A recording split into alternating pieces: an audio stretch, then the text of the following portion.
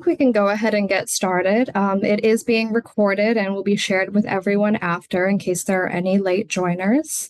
Welcome to this evening's Hot Topic in Healthcare, supporting non-speakers' access to sex as an ADL, an occupational perspective.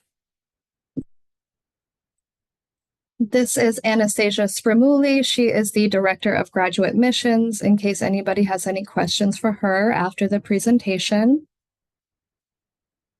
My name is Holly Johnson. I am the Program Assistant for the Post-Professional OTD program. And I also worked with the Doctor of Health Science and Master of Public Health programs. In case we have any student-centered questions, we're also joined by our graduate assistant, Latasha. Latasha, I'll let you go ahead and introduce yourself. Hi, everyone. I'm Tasha. You just call me Tasha. This is going into my second year for the post-professional OTD program, and my concentration is mental health. And I think one of the things that I always brag about with Bay Path is this is the only program that had a mental health track. So really happy to be here and excited about my last year. So thanks for having me. The hot topic tonight is being presented by our guest speaker, Sarah Selvaggi Hernandez. A little bit about the guest speaker. Sarah is the owner of Living Sensory Occupational Therapy, LLC, and she's also the creator behind the Autistic OT and the co-author of Melt Like Ice Cream. In 2017, Sarah made history as the first autistic person elected to government in the U.S. They have over 20 years of experience, and they advocate for neurodiversity and radical inclusion. Sarah also happens to be a BPU alum. Before we dive in, I just want to take care of a few housekeeping items to make sure we're all on the same page. Throughout the session, feel free to utilize the chat if you have any questions or to share your thoughts. And just a quick reminder to please keep your microphones muted when you're not speaking, just to eliminate any background noise. So without further ado, I will pass it over to our guest speaker, Sarah Selvaggi Hernandez. Thank you. I'm going to go right ahead and share my screen. I apologize that my lighting is poor. I hope that you can see me. But if it is helpful for you, please turn on the closed captions, and that may help with accessing language. And we have a lot to talk about tonight, so I'm going to just go right into it. And ta-da! As mentioned, tonight we are going to be talking about something that is critical, it's important, it is a hot topic, and it should be the most boring topic in the whole world, because as occupational therapists, we should have been doing this for so long. And so if this is not something that you're comfortable with, if it's something that's new to you, welcome to the revolution. And I hope that you can take away something tonight from the conversation that is helpful for you. Again, who am I? My name is Sarah. I am deaf and I am autistic. And so you'll see me throughout. Sometimes I use sign language, sometimes I'm stimming, but I'm always communicating. And we, in the neurodiverse universe, really advocate to have that freedom to communicate in the ways that we communicate. I am an occupational therapist. I'm an educator. I love talking, everything, breathing, doing, being, occupation. It's thrilling to me. I also am a political activist. I was the first openly autistic person elected to government. Let's be real, there were lots of autistics in government way before me, but I was privileged to be the first person to talk about that identity openly. I am a forever fangirl of the Spellerverse. You will hear about the Spellers tonight. Their words are embedded throughout. I hope that you get to love them as much as I do. I am wearing a speller shirt tonight that says in yellow writing, "Let me spell it out for you." And along with my political activism and my joy of occupation, I want to center on this little thing over in the corner, which is Stop the Shock. If you don't know about that, you should. We have a protest coming up in Canton, Massachusetts at the Judge Rotenberg Center to protest the use of contingent electric skin shocks being used as aversives to force compliance in students at the center. It's wild that it's happening. It's the only place in the United States that it's happening. So if you want to know more about that, please find out more here. My pronouns are she, they. I am non-binary, femme, queer as heck, and happy to be here.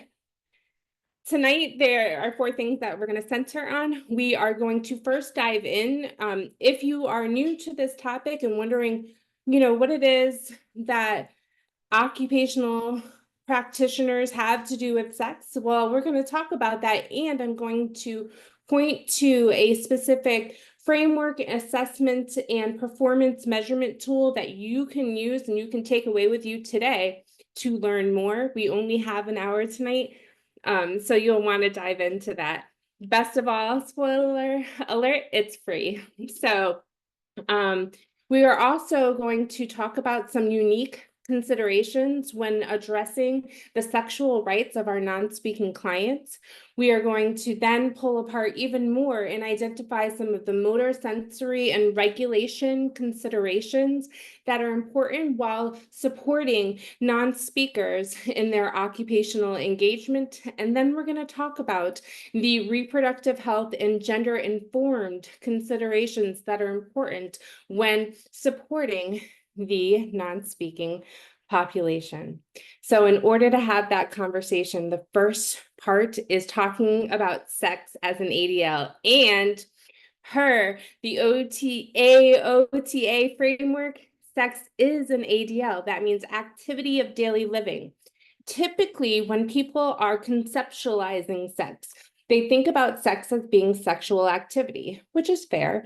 And sexual activity, as defined by AOTA, which is our national association here in America, is engaging in activities that result in sexual satisfaction and or meet relational and reproductive needs. But is there more to sex than that? Yes, absolutely. There's so much more. And so if you are a practitioner here tonight thinking, wow, I'm maybe not ready to dive right into sexual activity, I hope to define it more broadly for you so that you can find your comfort level to take that first step. And the more steps you take, you'll find that you're on your way. So what does occupational therapy have to do with sex? What doesn't it have to do with sex? We're here because of sex. Thanks, Mom and Dad. And so sex is an occupation. It's something that somebody may wish to engage in. There's all different parts of our sexual identity, our sexual self-view. If we're talking about sexual health, if we're talking about sexual knowledge, these are all conceptualized within the framework of sex. And this is important literally for our everyday, whether or not somebody chooses to engage in the activity of sex. Now, when we are considering and we are having this talk, it is important to prioritize consent. Every day, all the time. Why do I bring this up? Consent is not just key for all populations, but it's specifically important for non-speaking populations. As an autistic person, 1/3 of my community is non-speaking. And I have to give you kind of a real sad statistic. 9 out of 10 autistic women have reported being sexually assaulted. And so Why is this? Why is it such an epidemic in our community? Well, I have a lot of reasons and I have a lot of curiosities surrounding that. But one thing I know is that the disability community in general often has the right to dissent or say no taken away from us. In fact, in many situations, we are forced into compliance. And so when we are supporting autistic and otherwise non-speaking clients, it's important to give them, or not give them, recognize their right to say no. Therefore, they can prioritize consent and they should be allowed to. When we are having these conversations, it's important to be informed and affirming. Our ethics as occupational therapy practitioners are clear. It is not about us, and it is not about what we think another person should be. It is about the client and being client-centered and who are they and who do they want to be. And oftentimes when we have this conversation about sex, it is framed with our understanding that was given to us maybe by our parents, maybe by our communities. And while that's valid and that's your valid way of being, it's important not to bring that into your therapy sessions, because your client is their own individual and they have a right to make their own choices and they have a right to change their mind as many times as they want to. So all of that being said, where do we start? And if I don't know about you, but I love a good model. I love a good framework. It gives me my autistic brain a lot of security. And so Beth Ann Walker blessed us with the OPZ, and the OPZ stands for the Occupational Performance Inventory of Sexuality and Intimacy. So what is the OPZ? Well, first of all, again, right, I put it at the bottom. I should have put it at the top. It's free. It's something that everybody can access. If you go to Beth Ann Walker's website, she gives you not just the screening tool that's included, not just the self-assessment that's included and the performance measures, but gives you the entire theoretical basis for this framework. It is amazing education from beginning to end and really helps to guide occupational practitioners when they're setting goals with their clients, guiding how we can provide informed and affirming interventions. And if it's something that's outside of our scope of practice, or maybe we need to cushion our clients with additional support, it gives good guidance on where and who we can refer to for that additional help. And again, I will say it is free. I am a activist in many ways, and one thing that is incredibly important to me is equity and access. And I love to see, whether it be open journals or anything that really allows whoever you are and wherever you are to be able to access. So thank you so much, Beth Ann Walker. But this framework only came about in 2020. Previous to that, the literature is clear. Occupational practitioners were lost in a sea of what to do, and oftentimes they were not addressing sexuality at all. And what a missed opportunity to really value and see and affirm the whole being. Within the occupational therapy sexual assessment framework, Beth Ann Walker has created these 9 distinct areas that we can support. And if you look at the framework itself, it breaks it down from whether it be occupation, whether it be an ADL, an IADL, really clear for you. So if you're a practitioner here tonight, you can really see how to flow between all of these different areas and create a very powerful and impacting session for your client. So the first one, and we're going to talk about this tonight, is sexual knowledge.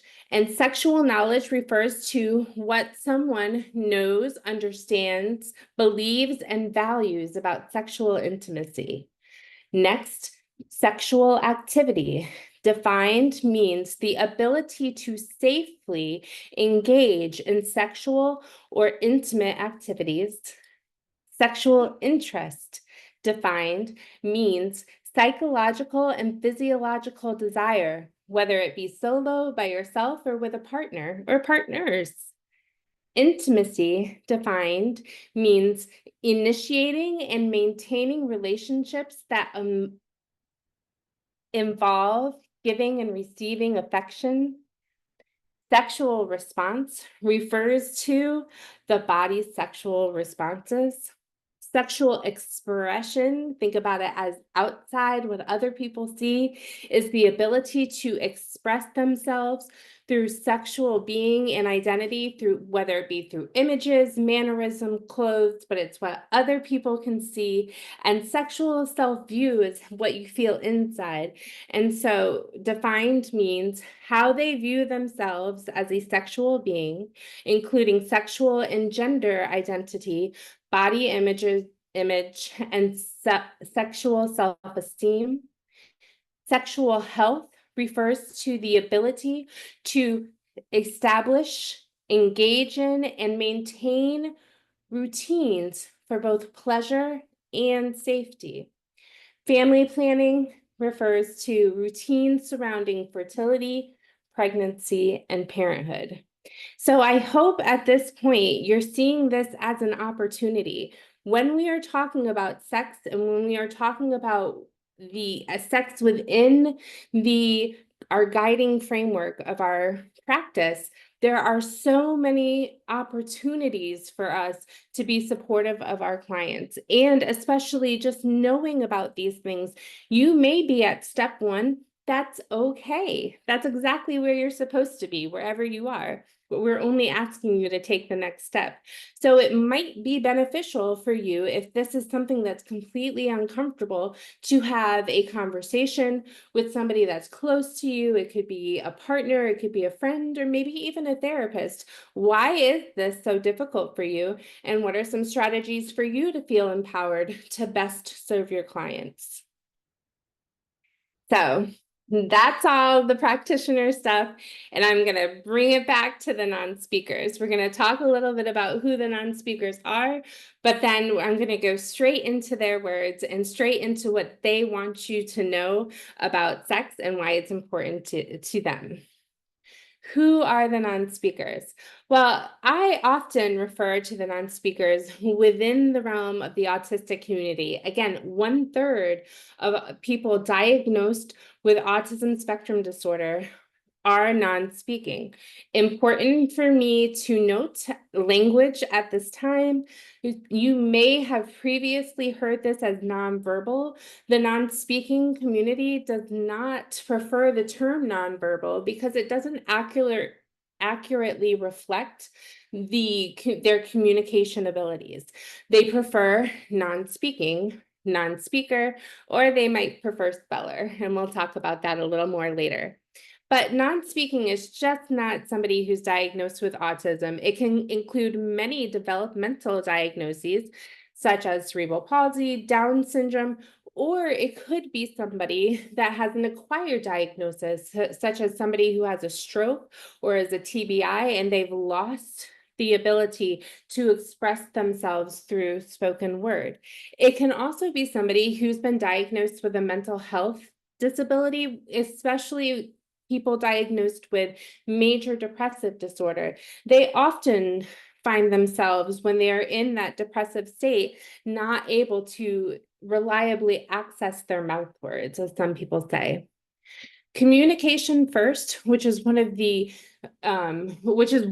many wonderful organizations that are led by and center non-speakers, have done a beautiful job of outlining what is the most respectful language. And this includes people with speech or speech-related disabilities, people with communication access needs, people with expressive communication disabilities, people who cannot use speech as their primary means of expression, people who need, rely on, or require AAC, people who use AAC, non-speakers, and spellers, those who use spelling to communicate.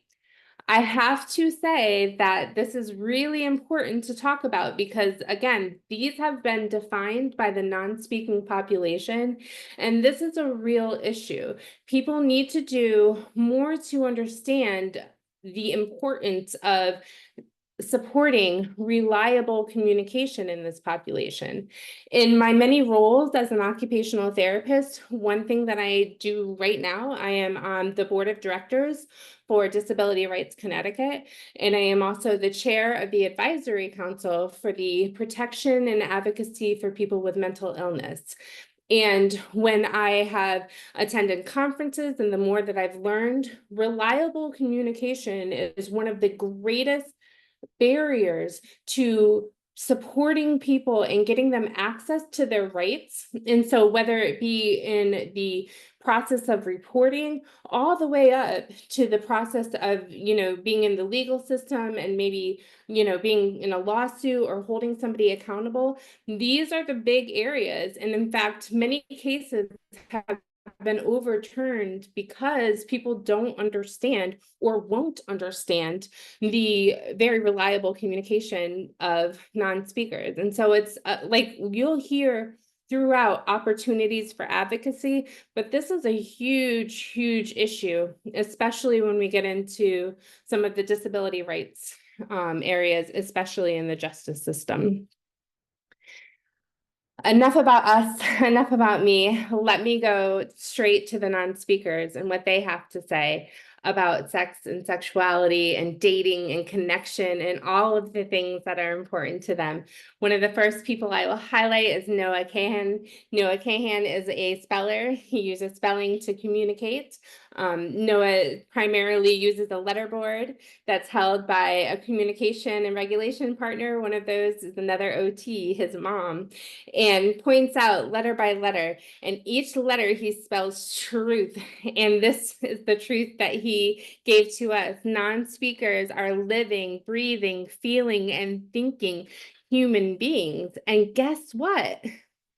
We're sexual beings too.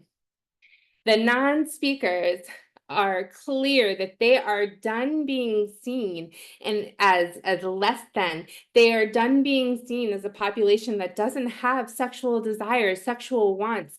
They are done being seen as a population that doesn't want to date. They really do. And the problem is because they are unable to reliably communicate in the ways that society deems their approved way of communication, they are often infantilized and they are seen as almost childlike, and they are seen as those types of relationships are not valid. Well, I'm here to tell you, my friends, they are valid and they're clear. I had a wonderful conversation with my friend Ben Bro, who told me, and if you've ever seen the movie Crip Camp, it's a wonderful documentary that you should see, but it is about the sexual revolution of the disability community.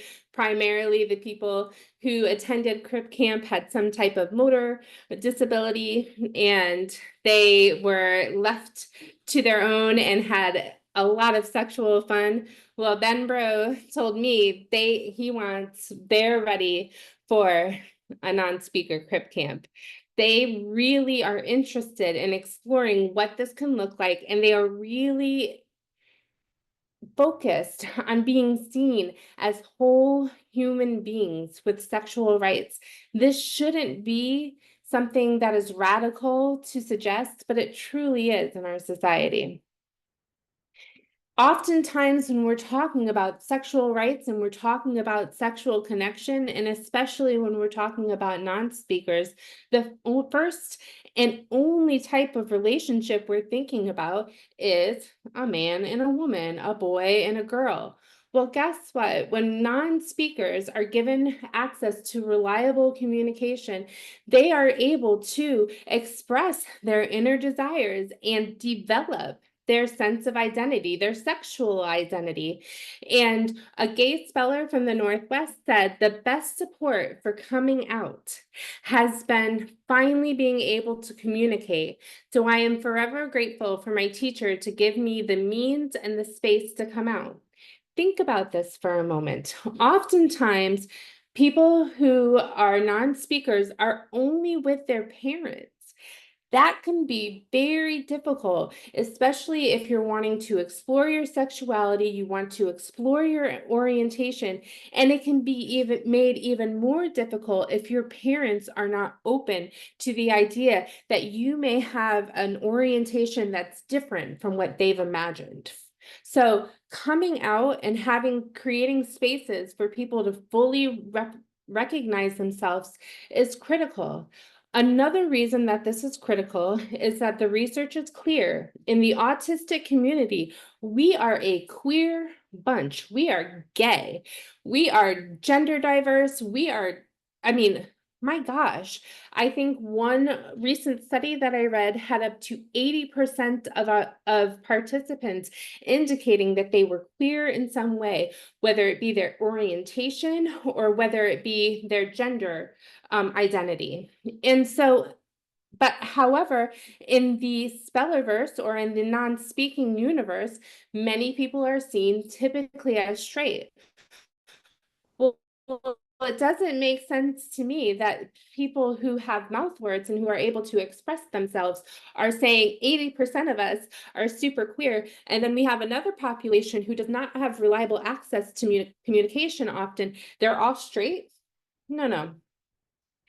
Often, so we need to be that safe space. They may not feel like they can come out to their parents just yet. They may not understand how they can do that. And what a privilege it is as practitioners that we can be that person that protects a safe space and creates the context for vulnerability for our clients to be able to explore their identities. This is a quote from Nico Boskovic, who is an amazing non-speaker. He's a poet. Brilliant. Please look up these people after. Their writings are powerful. But Nico, in this quote, is responding to a person who is shamed for having sexual responses. Specifically, his mother noticed that this person was getting an erection, and so therefore the mother decided to chemically castrate this individual so that he could no longer get an erection. And Nico was devastated when he learned this, and he says, I hope he doesn't feel shamed for his body behaving sexually because it's natural and healthy to feel sexual. But think about this. This was, Nico is referring to a very specific person in a very specific context. But again, how many times have you heard, whether it's an autistic person or somebody diagnosed with Down syndrome or somebody with cerebral palsy, really infantilized, and the idea of them having sex, my God, the idea of them masturbating has been just the furthest thing out of anybody's mind. And maybe even they've been shamed for doing it. Maybe they've been shamed for even wanting to watch a rated X movie, a rated R movie. Maybe they've been shamed for their own body responses to seeing something that's interesting or exciting to them. And what we know, not just in the non-speaking community, but in the autistic community at large, when we are forced to repress our natural responses, that's something called masking. And masking has deleterious effects on the entire body, mind, and soul. But specifically on the body, you see an increase in GI issues, you see an increase in different mental health diagnoses. And it's important for me to tell you another sad statistic, that the average life expectancy of an autistic person is 38.5. That's unacceptable. We are so repressed to the point that number one killer, suicide. Number two, heart issues. And now we're starting to understand how difficult the repression of our bodies is. And we're seeing increases in epilepsy and other neurological disorders.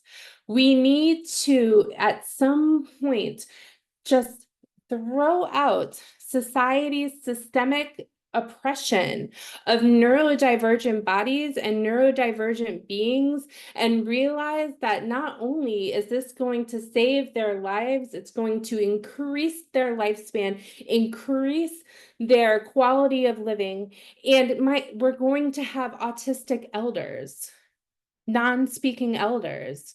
Where are our elders? I'm 45.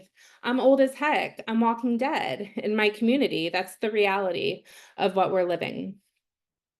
Mitchell, another non-speaker, said dating and relationships are an integral part of the human experience. And I want that in some way. It's so natural. You think about this as you're growing up. I don't know about you, but I spent my whole life dreaming and thinking and wishing a person into being. And I'm so fortunate. Next month, October, I will be celebrating my 25th together anniversary with my husband. But that drive to connect is so critical, and non-speakers deserve that same access. They overwhelmingly feel isolated. Communication first identified one of the top priorities for researchers is to find ways to support the mental health of non-speakers. And one of the top mental health crises that non-speakers have communicated they feel is a sense of isolation. What if we promote that connection? What if we affirm that connection? What if we affirm that they are beings that love and they have love to give and they are worthy of receiving? How much difference we can make. And right here, they're letting us know that they want it. Sophie is my joy. I love talking about Sophie, but Sophie lets us know that non-speaking girls are like rainbows in a desert. We'll take the gay and non-binary spellers in our group of underrepresented spellers too. The imbalance literally keeps me up at night. Somebody research it. Somebody needs to research it. Please.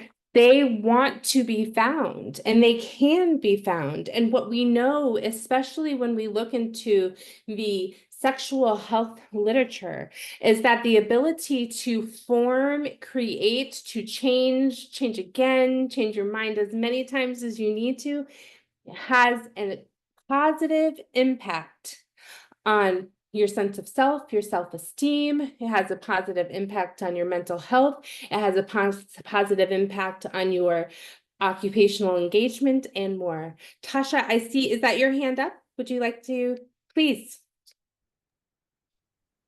Sarah, I know you had mentioned earlier, is it more appropriate for me to type in the chart, or can you hear me what my... Thank you. I have my closed captions on, so you can use your mouth words. Okay, so a few things I wanted to ask you. So for individuals for therapy, so let's, for instance, if I use the example of faith, when we have a patient that may be expressing something that we may not believe in, obviously as therapists, right, we can't have our biases, but what has always helped me is really pointing my patients, even if it's not a bias, but just something I don't understand, where I don't have enough knowledge myself, right? So as a practitioner, you want to make sure that if someone's coming out to you or expressing something that maybe you just don't have a lot of knowledge of, not even from a judgmental standpoint, but from knowledge, is there, because two things, a certain reference, and maybe you haven't got to that, that, hey, I don't know a lot about this, but this is a great resource, right? So if there's something that we want to recommend to our patients, if they're saying, hey, Tasha, I like you, I feel really comfortable, I want to share this, and I'm stumped, like, okay, what's the most appropriate thing to say? How do I support you in an area that I just don't know a lot about, or for some people, they may not be comfortable? Is there a certain website, a certain number we can say, hey, this is a really good resource to walk you through maybe how you express that to your family? That's one. And I love the fact that you've been talking a lot about research. I've always found, just like assessments, that having that evidence base really solidifies, right, when we're talking to parents. So now we're advocating for our patients and talking about, hey, this is how they feel, I'm advocating. But even before that, let's look at some statistics about some of our non-speakers, or your daughter or your son, or they, whatever they may go by, to say they're feeling this way. And before you go and be maybe defensive, understand that research has said this is what they're feeling. Do you have any references, resources from a, hey, go check this out to get more information, one, and then what kind of evidence-based literature, podcast, books could we provide family members and our patients with, to say, hey, outside of me knowing a little bit, at least I can point you in the right direction? I know that was kind of Sarah, but hopefully you kind of got. I can absolutely answer that. I was smiling because I saw my friend Sophie come on. So the actual author of this statement was coming, and so I have great news for you on many of these fronts. The first thing is that AOTA just published a fantastic resource on sex as an ADL, and within that resource, it gives guides on how to approach this, what are terms to use, I mean, my goodness, we have so many different when we're even just talking about pronouns and how to bring this up respectfully and how to be affirming, some people are really starting at step one, and that's exactly where you're supposed to be. And so AOTA has done a beautiful job of not just highlighting how to have these conversations, but additional spaces for support. There's also, and I think it's COTAD, but it's the Occupational Therapist for Diversity, and there are a lot of queer occupational therapists. So you could actually go to another queer occupational therapist, either by email or setting up a Zoom with them or connecting with them in social media and saying, hey, like, I really need a lot of guidance in this. And they are there and they are so supportive. So AOTA has beautiful resources, even down to, we'll be talking about being gender affirming and et cetera, but excellent resources there. Also looking at our Occupational Therapist for Diversity. They have a wonderful, like I said, queer occupational therapists who are willing to help. Another great resource are like if you are researching with the autistic persons, autistics themselves. And specifically in the last 5 years, I've seen an explosion of literature, books, resources, researchers who are autistic and who are really describing ways in which therapists can approach this with sensitivity and with cultural humility, to understand that this is a whole new space that you're learning. So I would seek out those autistic voices. If you are not able to identify, or if you've identified all the autistic research that you can, I would really encourage you to find or research that at least includes autistic people in the research process, making sure that, again, we're being part of being evidence-based is not just the literature, but clinical experience and the clients themselves. So we want to make sure that we're centering the community. But I hope that helps with identifying some resources, and thank you so much for asking. Thank you. I see some things in the chat. I'm not sure. Oh, wait. I'm not able to access the chat. Is there something that I need to respond to, or can I keep going? I don't mind responding.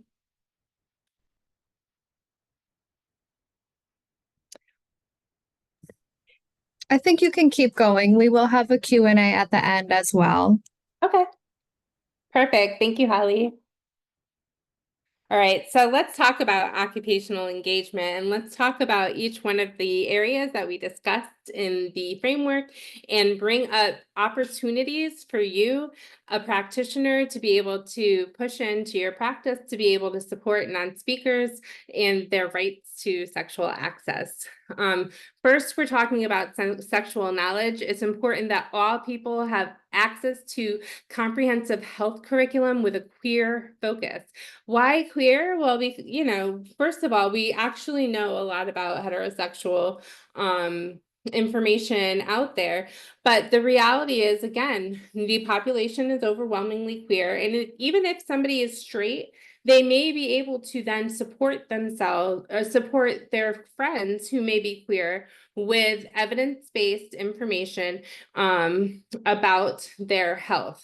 So again, another thing that's important to know is that the autism spectrum disorder, we're really finding out that there is a huge motor component in dyspraxia within our population, and it is important for occupational practitioners to remember that speech is motor.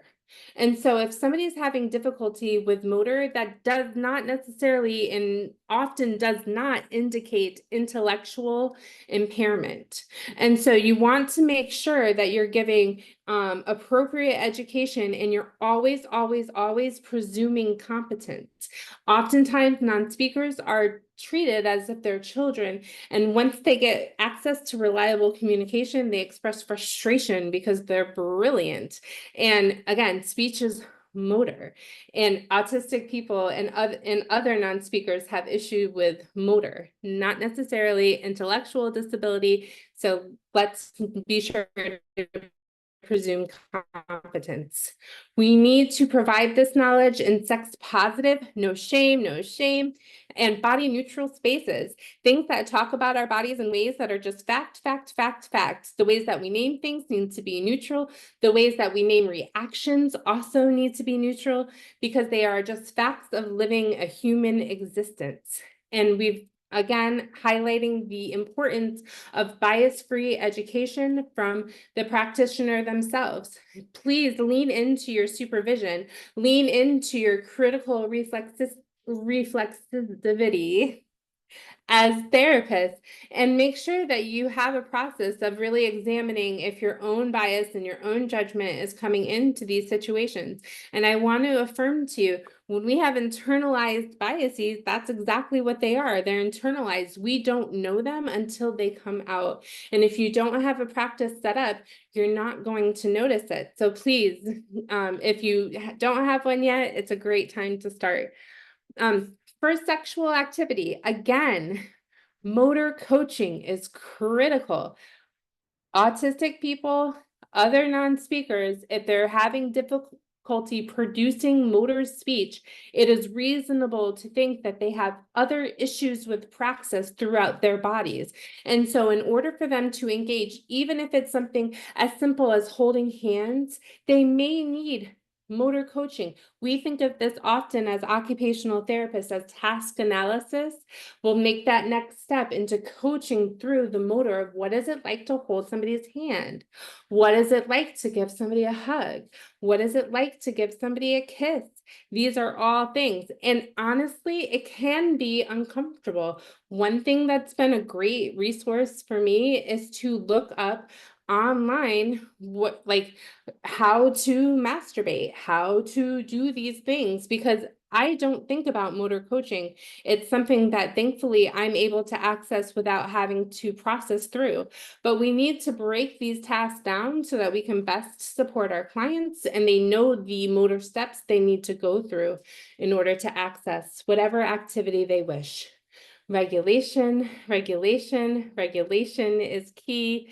Regulation keeps us calm, and especially important during an exciting activity. So making sure that we have conversations about ways to, maybe it's taking a motor break, maybe it's having a drink of cold water. What are the things that you need in order to regulate yourself? Making sure that we're setting up the environment for success and we have the things that we need. There's a lot of different things that we can do. We don't have time to talk about them all tonight. But another thing that's true is sexual activity can be synchronous or asynchronous. It doesn't have to be at the same time to be meaningful and a point of connection for people. It's okay to have things, for example, be writing a sexy email or a sexy text and having somebody receive that and respond later. It's okay for somebody to give another person with consent a kiss, and then a day later with consent have somebody return that kiss. In the Maori word for autism is takiwatanga, and that means in our own time and space. Temporal considerations are really important here. And so we are running a marathon throughout universes. So asynchronous is wonderful too. Again, thinking about sensory considerations for many autistic people, they have very low thresholds, tiny teacups for sensory input with sound. Y'all, who says that wearing noise defenders isn't sexy? Yes, it is. Let's honor that. Who says if you have a low threshold for things on your hand and you don't like your hands to get dirty, wear the gloves. It's really gosh darn sexy. You are empowered to advocate for your needs and you're interested in pleasuring yourself or another person with their consent.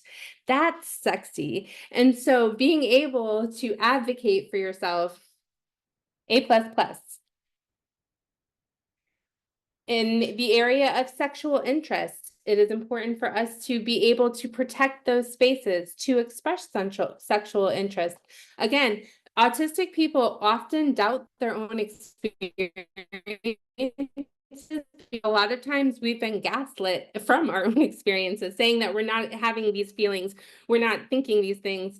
But being able to understand what is interesting to us, how does that feel? Where do we feel it? Is it in our heart? Do I have butterflies in my belly? Important things that we can discuss with therapists.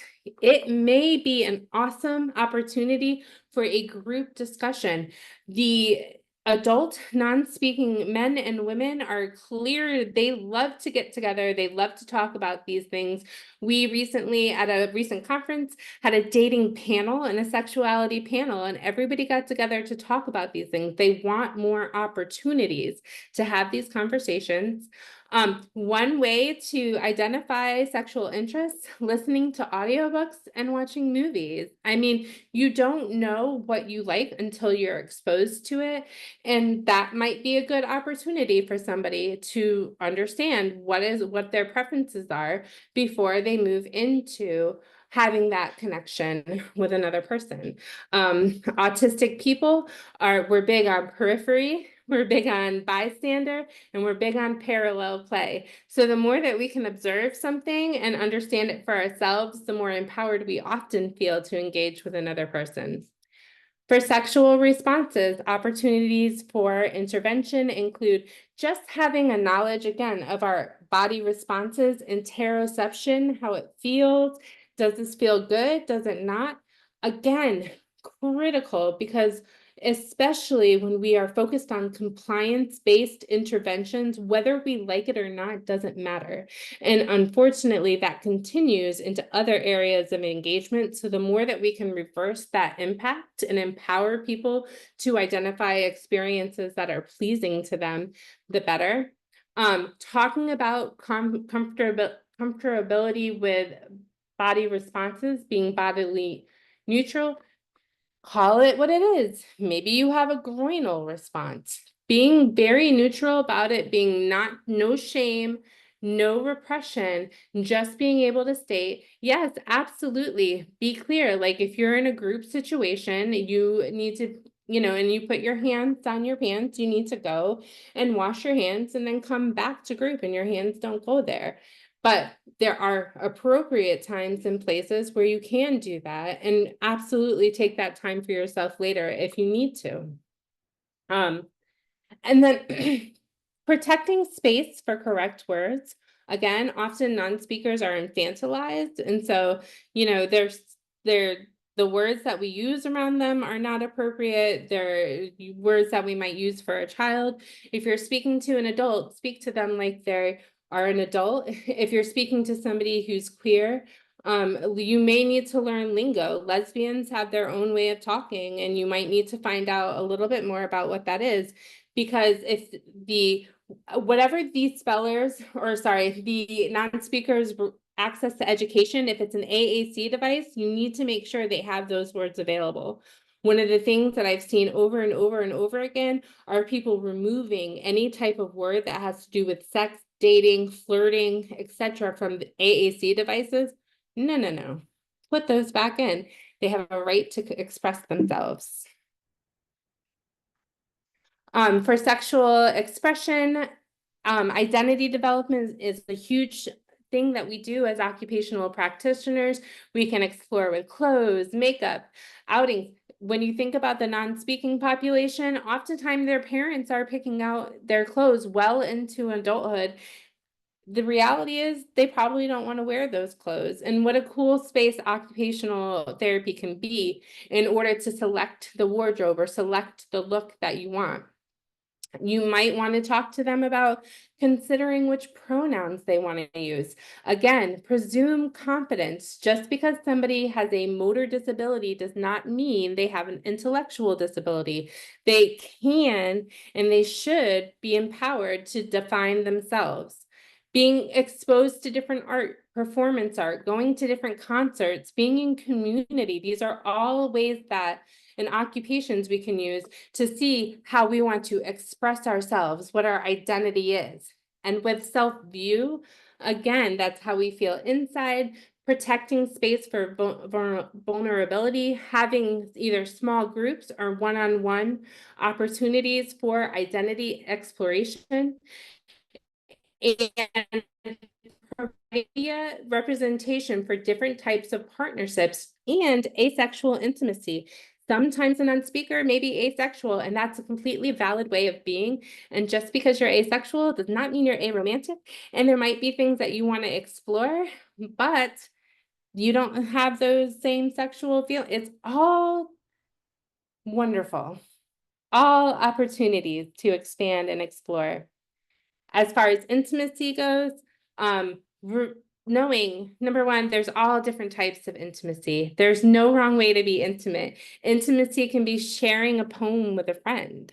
It can be going on a walk in the woods in a small group of peers that you love.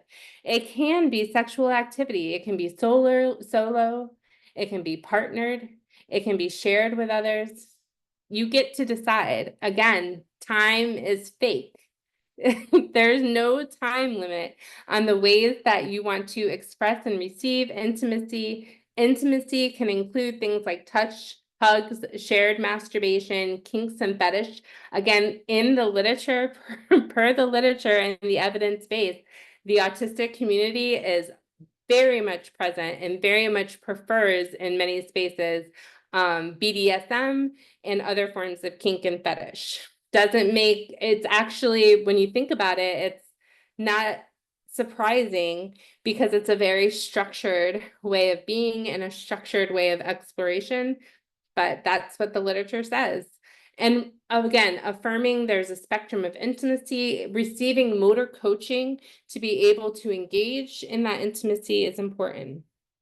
Finally, or not finally, but almost last, sexual health, forms of protection, critical, that people know what they are, know how to access them. Again, motor coaching on how to put them on, how to take them off, how to use them, how to discard of them, etc.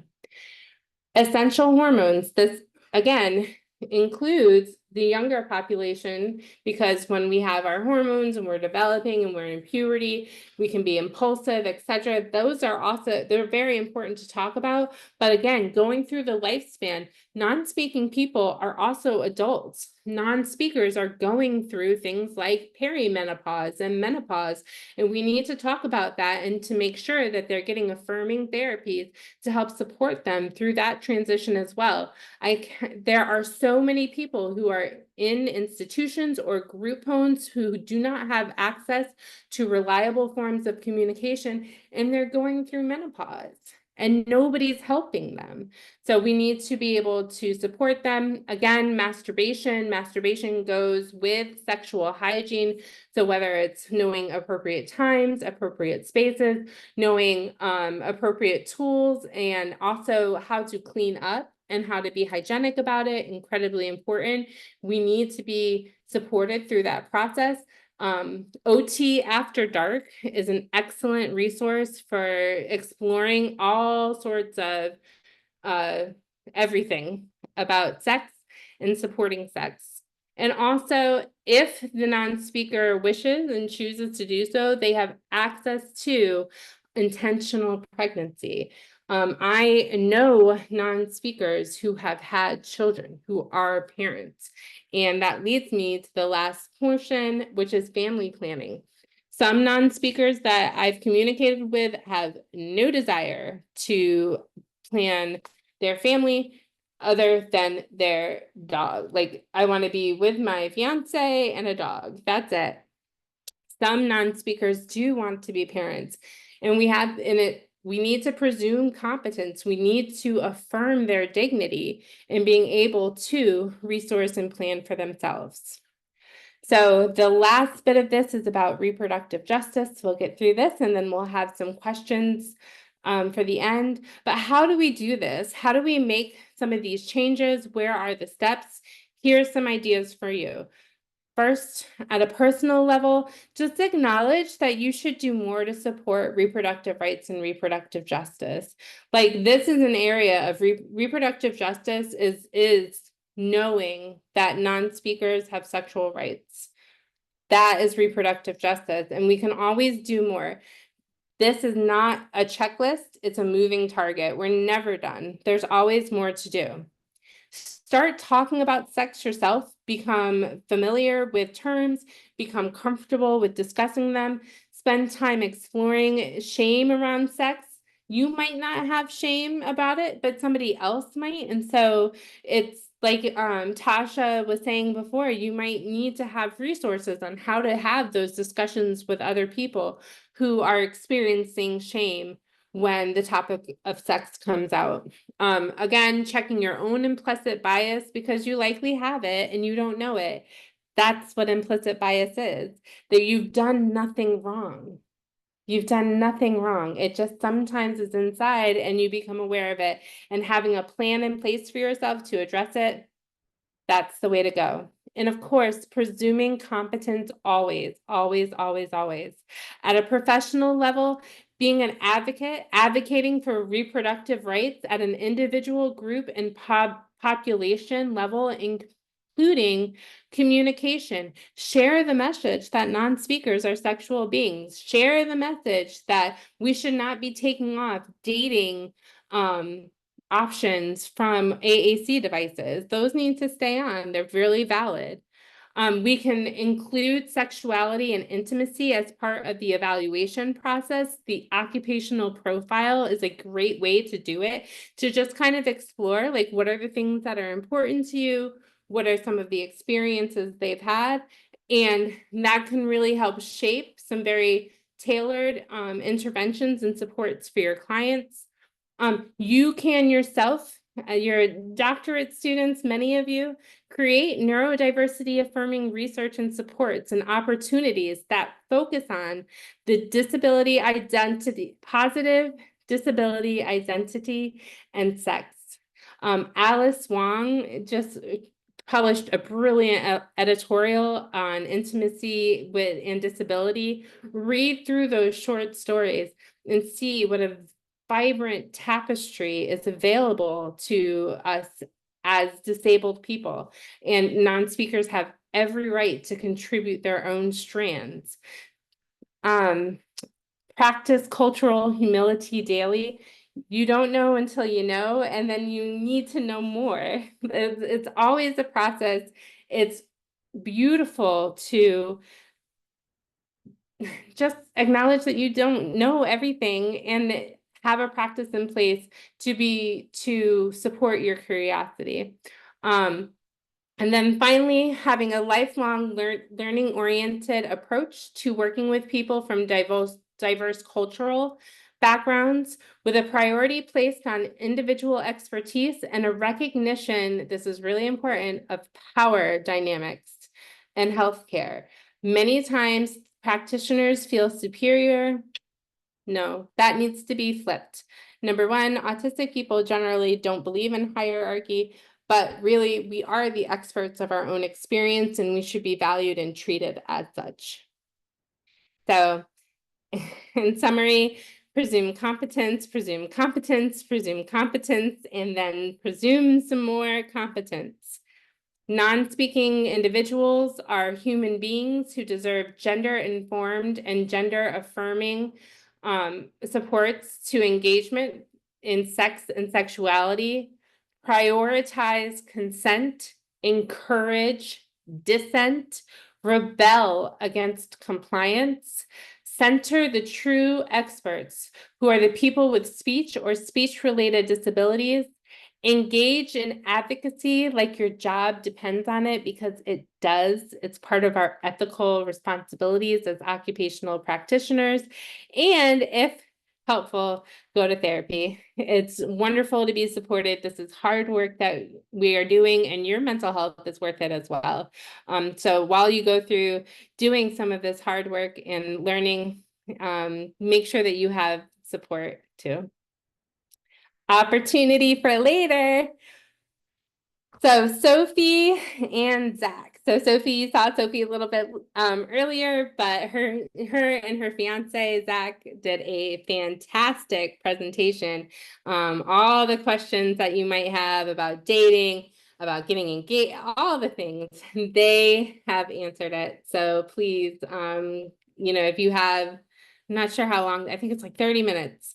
30 minutes of your time being educated by the absolute experts, and they're really funny. They're hysterical. So check this out. Oop. Oh, 13 minutes, even better. And that's it. Thank you, thank you, thank you. I appreciate your engagement, and oh, it's 8:03. I can stay for a couple of minutes if you have a couple questions, but thank you for your time. Thank you so much, Sarah. That was wonderful. You're welcome. I do want to be mindful of people's time. We will be sharing the resources with everyone after, but if you have a minute or two and you have a question, please feel free to ask now. Hi, Sarah. Thank you so much for being here tonight. This was an amazing presentation. I was curious if you had any suggestions for people who were, interested in conducting research in this area on how to, sometimes it can be difficult to find the population that you're interested in, especially if they're non-speakers. So just if you had any thoughts about overcoming those barriers. That's, you know what, there's some really interesting resources that are coming out. The first one that pops into my head that is pretty generous with a research fund is Next for Autism. And they've been wonderful. I think that I've seen up to $25,000 grants come out from them. And yeah, that's the one that comes to mind immediately as far as grant funding. Obviously, I think that the National Institute of Health, there is a lot of prioritization being done with AAC and communication access. And so that's certainly an area that people can have their research supported. And there's also many autistic research groups out there that may have better access and funding, but I've been really pleased to see universities prioritizing these types of projects. Yeah, that's great. I think I meant like how it, so my background is in qualitative research, right? So I mean that like giving a voice or letters, right, to people who don't often have one. But it can be hard to find them, to connect with them, to conduct that research, Mhm. right? So it's like Oh, oh, finding that population. I understand. Sorry, I missed. So, Oh no, it's okay. That's helpful too. I wrote down one of the resources. Yeah. so I am a big fan of the International Association for Spelling to Communicate, IASC. I've been to their conference now 3 times. Yeah, Motomorphosis. Julie, go to the annual Motomorphosis. That's where we go. Motomorphosis is the most wonderful conference Okay. in the whole world. But there's the AAC conferences are starting to pop up all over, but in my humble opinion, Motomorphosis is the best non-speaker conference, and we've actually had some really exciting research happening there, specifically with motor components. Some really cool research studies came out with eye gaze and eye tracking. But there are many occupational therapists who go to Motomorphosis, and Okay. it would be great for research to be done there. Interesting. Thank you so much. You're so welcome. I see all the thank yous. Welcome, welcome, welcome. Yes. Yes, we're very grateful. This is something that I think will be of value to a lot of people. And like I said, we'll be sharing the presentation. And if anyone has questions for us or would like to get in touch with Sarah, feel free to reach out and we can help you from there. Absolutely. Yeah.